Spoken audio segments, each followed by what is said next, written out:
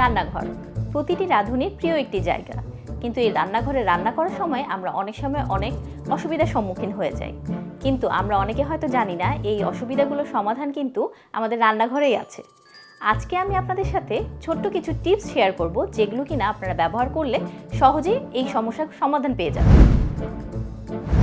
Tips number 1, চিনি রাখার পাত্রে অনেক সময় পিঁপড়ে লেগে যায়। এই পিঁপড়েগুলো তাড়ানোর জন্য চিনি রাখার এই পাত্রটিতে আপনি যদি কয়েকটি লং রেখে দেন, তাহলে দেখবেন খুব সহজেই পিঁপড়েগুলো চলে যাবে। টিপস নাম্বার 2, অনেক সময় গরম কিছু কাঁচের গ্লাসে ঢালার সময় ভেঙে যাওয়ার সম্ভাবনা থাকে। সেক্ষেত্রে একটি ধাতব নির্মিত চামচ যদি গ্লাসে রেখে তারপরে গরম কিছু ঢালেন, তাহলে আপনার গ্লাসটি ভেঙে যাওয়ার সম্ভাবনা থাকে না। টিপস নাম্বার 3, কাঁচামরিচ খুব তাড়াতাড়ি নষ্ট হয়ে যায়। আপনি যদি দীর্ঘ সময়ের জন্য কাঁচামরিচ সংরক্ষণ করতে চান, তাহলে একটি ছোট্ট টিপস ফলো করলে খুব সহজেই এই কাঁচামরিচটি দীর্ঘদিনের জন্য সংরক্ষণ করতে পারবেন।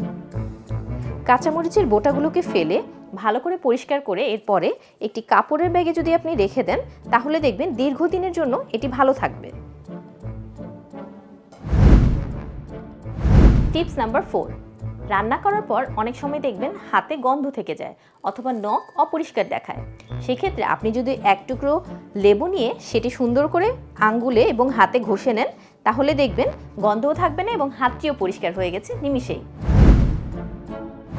টিপস নাম্বার 5, পেঁয়াজ কাটার সময় অনেকেই আমরা চোখের পানি নাকের পানি এক করে ফেলি, কিন্তু আপনারা যদি এই টিপসটি ফলো করেন তাহলে এরকমটি আর হবে না।